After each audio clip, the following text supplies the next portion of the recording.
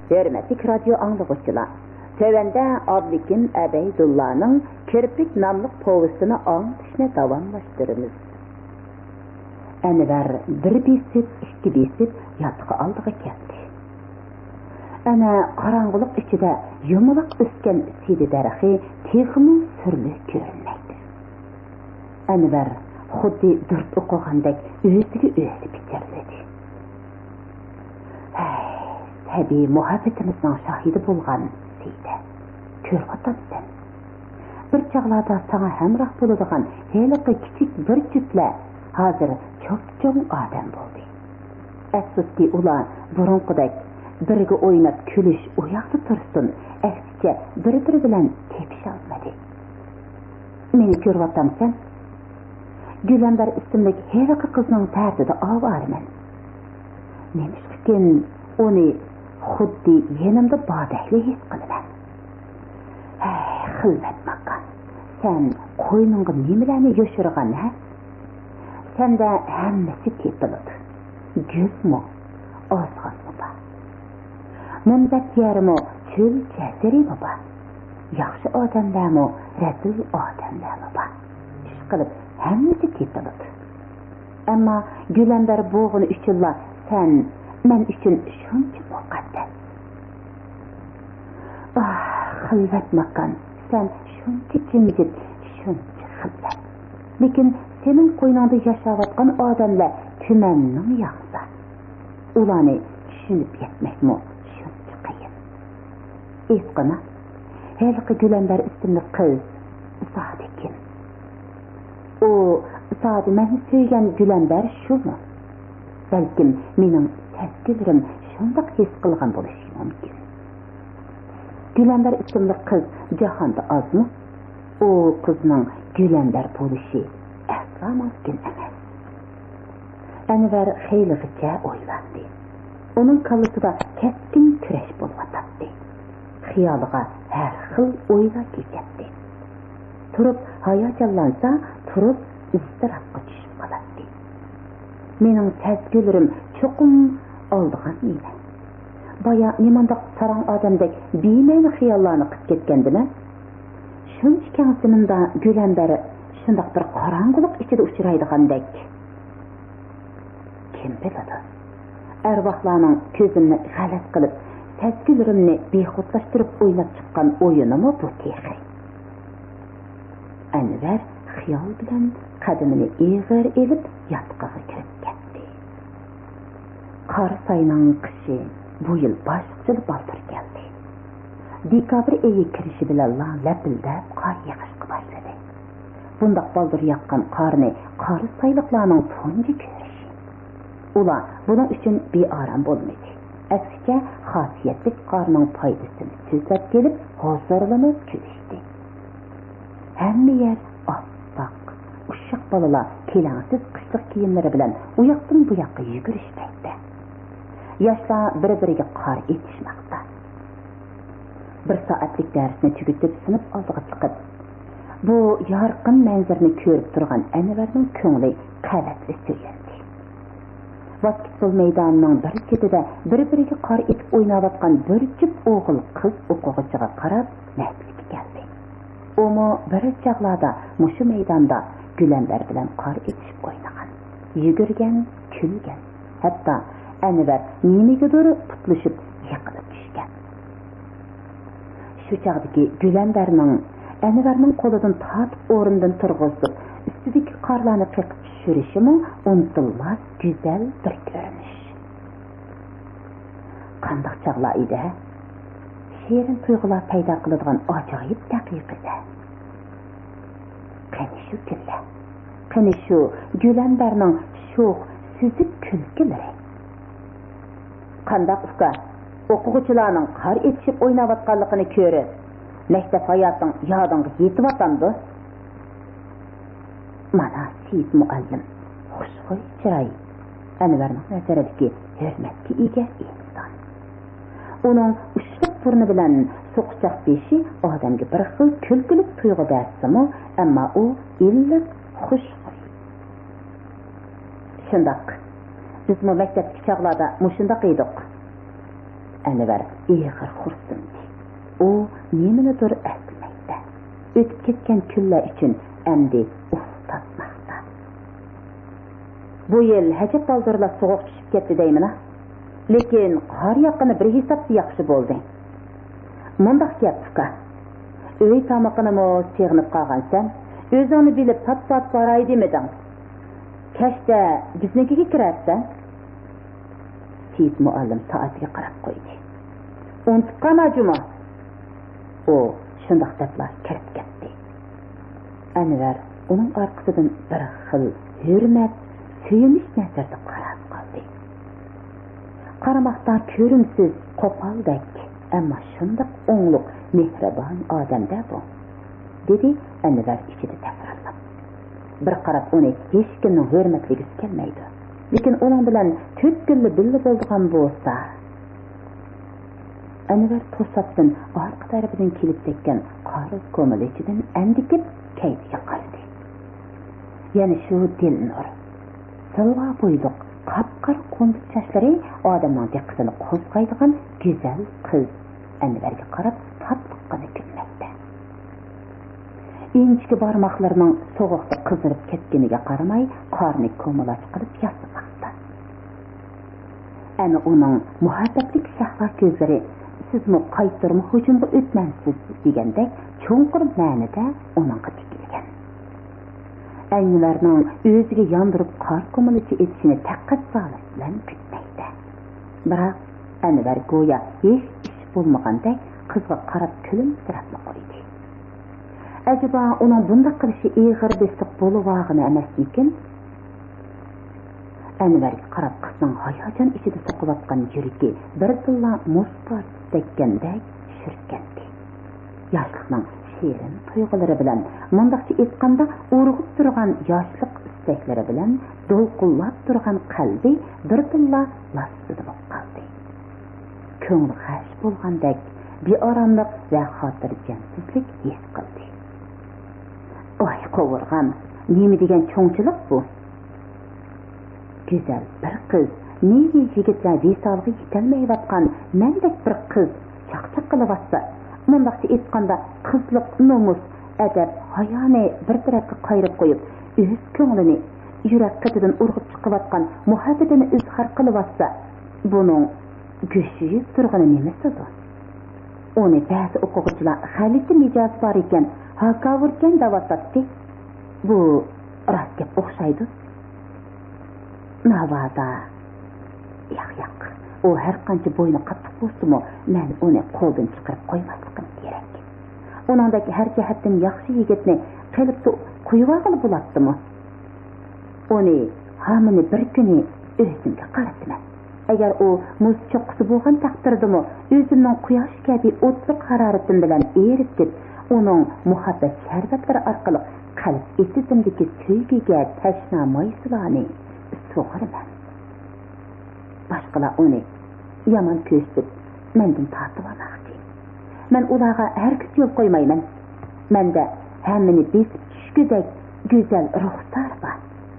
Men hammani bu mag'rur bayqushni o'z changalimga kirgizmay qo'ymayman. Dilnur oxirgi she'rin o'ylaridan mamnun bo'lib, o'zining boyiqi Anvarning oldida aldiratib qilgan ahmoqona qiliqidan oxirlandi. Anvarning g'araz uqmaydigan daltiligini kechirdi. Balkim u yuzi to'la yigit bo'lsa, o'ng'aysizlanib qolgandi. Yoki bo'lmasa, menga yondirib chaqchaq qilishdan aylanib qolgandi. Hammali odamni o'zidek mechasi bo'lsin degili bo'ladimi? Kechiring Anvar, adabsizlik qilib qo'ydim. Dilnur chiroyidagi tabassumni o'zgartmasdan Anvardan afv so'ragan qiyofatda dedi. Bunchalik ishlarga afv so'rab yurandi kishi. Anvar qizga qarab kulib qo'ydi-da, parvosiz holda ishxonasiga kirib ketdi. Kichikkina ishxonada Anvar qo'shilib ko'p o'qituvchi xizmat qiladi. Mashta o't ko'rildi, ko'ymaydi. Anvarning ishxonada yolg'iz o'tirib ichib pishdi. Oldida turgan bir teva topshiriq daftariga qarab, texmi zerikishlik his qildi. Bir necha topshiriq daftarini varaqlab qo'yib, yana o'z o'rniga qo'ydi. u tatmini içivedi, qaysi günü tağısıga yazgan xetti çıktı. Oy Xudoyim, bu xatni hozirgacha sog'mag'idin nemisi? Ma unutulgaqligimni ko'ring. Aldirashchilikda unutib qoptiman-da. Eng yaxshisi boshqa ishim bo'lmagandikin, hozirning o'zida bu xatni pochtadan yollab etay. Tag'am o'ltirib qolsa, mendan norozi bo'lib, qog'ab yurayversin yana. Anvar so'rab yurib yezdiq pochtaxonani topdi. Eshik derazalari ko'psir bilan sirlangan, xishtin silingan yezdiq pochtaxona ikki tarafidagi oppoq qordan yetinchi ortgan egiz o'rmonlar ichida xuddi yo'gak ichidagi bovoqqa o'xshash orolni ko'rinib turadi. Anvar xatni pochtaga selib etib tezda qaytib chiqdi. O'zi mushu yurtib turib, yana pochtaxonani boshqalardan so'rab yurgani demasi. U kichigidan tortib mushu yurtda o'ynab cho'q bo'lgan. Ammo u o'qishga ketgandan keyin bu yerdagi o'zgarishmi oz bo'lmagan edi. Uning ustiga u ta'til kunlarini asosan shahardagi heliqi tog'asining uyida o'tkazgan bo'lg'achqa, buni ajablanarlik emas edi. Shu chaqlarda tog'asi o'zining ma'rif idorasi ishlaydiganligi bilan yaxshi yerga taqsim qildira oladiganligini aytgan. Ammo Anvar bularga ancha ko'ngil shimigan edi. U kunda degudek nahiya markazidagi kutubxonaga kirib, kun bo'yi kitob o'qiydi. U faqat mushu kutubxonani debla ta'til kunlarini shaharda o'tkazgan. Shahardagi boshqa narsalar uning nazarida ancha muhim emas. Faqat kutubxonaga bir kirgancha kashda taqaganda chiqsa, qo'lidagi nimalar bilandu to'shqan kartalarga qarab so'zlab ketadi. Ta'til mezgillarida u bir qancha qatim Gülambarning diyerkini qildi. Biroq Gülambar yiroq bir tuqqunining uyiga mashinchilikni o'rgangili ketganlikdan ko'rishalmadi. O'xshamagan ikki xil taqdir, ikki xil yashash yo'li ana shu vaqtda ro'shan bir kelishtirma bo'lib qolgan edi. Lekin Anvar ham baxt shodlikdan, ko'rdigan huzur halovatdan yanala Gülambarni üstün o'rniga qo'yadi. Shunga u o'qishni bitiribla yurak kirishdan mustahkam bog'lanib ketgan o'z yurti Qarasayga o'zining baxt yo'li, go'zal kelajagi uchun yiqilgan, barliq yeshil chiroqlar bilan kori bo'lmagan holda turmush parovozini o'tib bu yerga haydab keldi.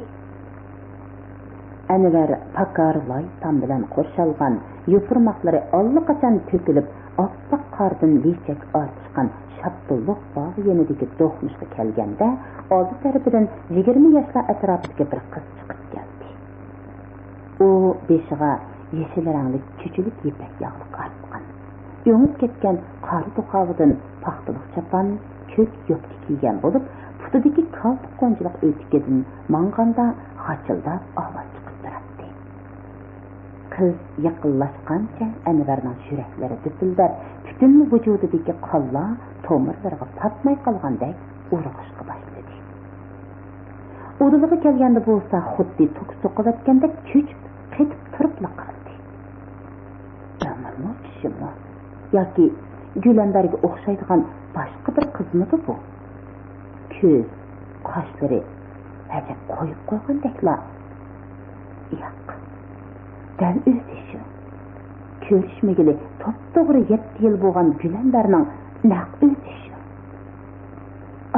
Xudo. Bizni qor yoqqan xosiyatli kunda uchrashtirganmi bu? Qizmo Anvarni ko'rish bilan hayronlik, hayajon, tengir qosh, yetir qosh ichida to'lqinib ketdi. Putlarni harakatlantirishga majol qolmagandek turib qoldi. Yuragi boshqacha shiddat bilan so'qmoqda. Bir o'qigan chaqlardagi qomatli keldi. Qo'yib qoshlar orasidagi jonni qaqishtirgan cho'ng qo'y ko'zlar. Ham qora paqra tashlar. Faqat bu yerda o'sibdi. Yuzlariga taqal burutlar chiqib, u yeri bu yerlarda mudir cho'qirlar paydo bo'ldi. Lekin ko'zlaridan burunqidaklar kuyimchanlik va mehribonlik nurlari chaqnab turadi. U bu yerda nima ish qildi ekan? Xarid ahvol. zadida o'ylab ketgili bo'lmaydigan tepishmoq. Biror ish bilan kelganmidi ya. Ah, xudo, shuncha yillar ulardan o'zimni qochiraman debmi qochirib bo'lolmabdiman. Taqdirning menga qilgan chaqchiqimi bu?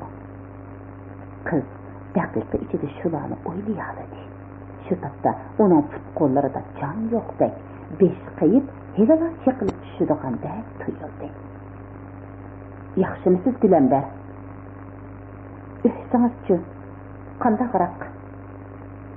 Ularning tillarimo gap qilishga toza qo'lishib bergandek edi. Qisqilib salomlashish, unsiz bir-biriga qarab turgan hayajonli gavdalarni tezga ayirib ketolmadi.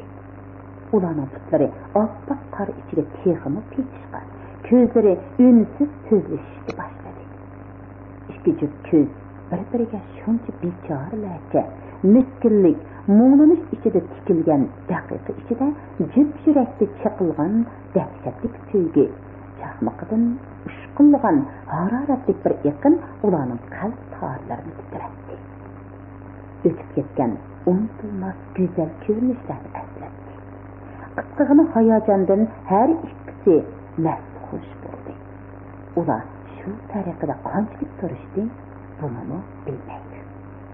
Oxiri Anvar o'ng'aysizlikqa xotima berib eg'iz ochdi. Qarang, Gulambar, ko'rishmagili bakmi o'sin bo'pti. Bugun bu yerda taqdirning karomati bilan uchrashib qoldik. U o'tliq nazar bilan qizga tikildi. Qiz buningga bardoshlik berolmagandek, gilasdek qip-qizil nefis lavlarini sadatdek tishlari bilan yenik tishliginicha cho'lpon ko'zlarini yarga tegdi. Men mushu o'ttir maktabda ishlayapman. Yotqin heliqi seti tarafining yanida. Hayajonlanib ketishgimi Anvarning ovozi titrab ketdi. Xohlasangiz bugun kechda yotqinga kiring. Sizni saqlayman. Qolgan gapni shu chog'da deyishimiz ma'qulmi? Mana haqiqiy jur'at, muhabbatdan kelgan g'ayrat, shijoat. Elim yaxshi, shunchalik gap chiqdi bu qizdan. Gulambar nima deyishni bilolmay qolgandek bir haza turib etib, ondan beshni yenik langishibdi-da, Anvarning yenidan o'tib, o'zdan bo'ylab yurib ketdi. Anvar uning qarshisi yetkicha qarab turdi. Anvarning hayotini texib bilmagan edi. Gulambarning bo'yi burunqidan teximi silvalishib, süzük yüzleri kan temip turgan bir cüp nağısı, iliptek burnu ostidagi o'ymoqda eg'izi unaga hastilab güzellik ata qilgan. Anvarning nazarida aslida güzellik ilohiy hisoblanadigan bu qiz hozir Anvarni butunlay mahliya qilib olgan. Sevgilerim meni aldamatdi. Qaysi kun kechida talib odini so'rab muhabbat izhor qilgan Gulambar dal mush ekan. Pichirladi Anvar. U ilgirkidimi necha hasi chiroyli qilib ketibdi. Shu daqiqalarda Anvarning talibga o'shmanligi kelgandek valsil qilib yongan rishk o'ti yurgining bir yerlarini chimdab o'tgandek qildi. Nemiga qarab turib ketding og'ayni? Anvar cho'chib yeriga qaradi. O'ttir maktabda birga o'qigan saboqdoshi Savut uni qarab kulib turardi. U Savut bilan qaysi kuni tasodifga uchrashib qolgan. Bugun bu yerda yana ko'rishib qoldi. Xat kelib qaytishim. Bolalarning muz teyilishiga qarab turaman, dedi Anvar o'standa muz teyilayotgan bir necha bolani ko'rsatdi. Shu topda Savut uning yolg'on gap qilganligini bilib qolgandek yurgi dipilda soqib ketdi. Ammo Savut unadan bexabar ketminni do'lisiga ortib, beshiga mos kelmagan yo'g'on to'miqini ustiga sal ko'tarib qo'yib, Anvar bilan yondashib maqdi. Yeshi o'xshash, yana kelib bir sinfda o'qigan bu ikkisini ko'rgan har qanday odam ularni saboqdosh deyish u yoqda tursin, aksicha tang qiymatlik debmi qaramaydi. Biri qop-qora sochlari, paqirab turadigan yuzi, ziyoli sifat kiyim velish bilan kishiga 21 yoshlik yigitdek ko'rinsa, yana biri oldiga sal engishgan, bir qo'lini yo'g'on teri juvisining qo'yniga tiqqan, soqol kesib ketgan yuzlari, yog'oqlashib ketgan qiyofati bilan 30lardan halqagan odamdek ko'rinadi.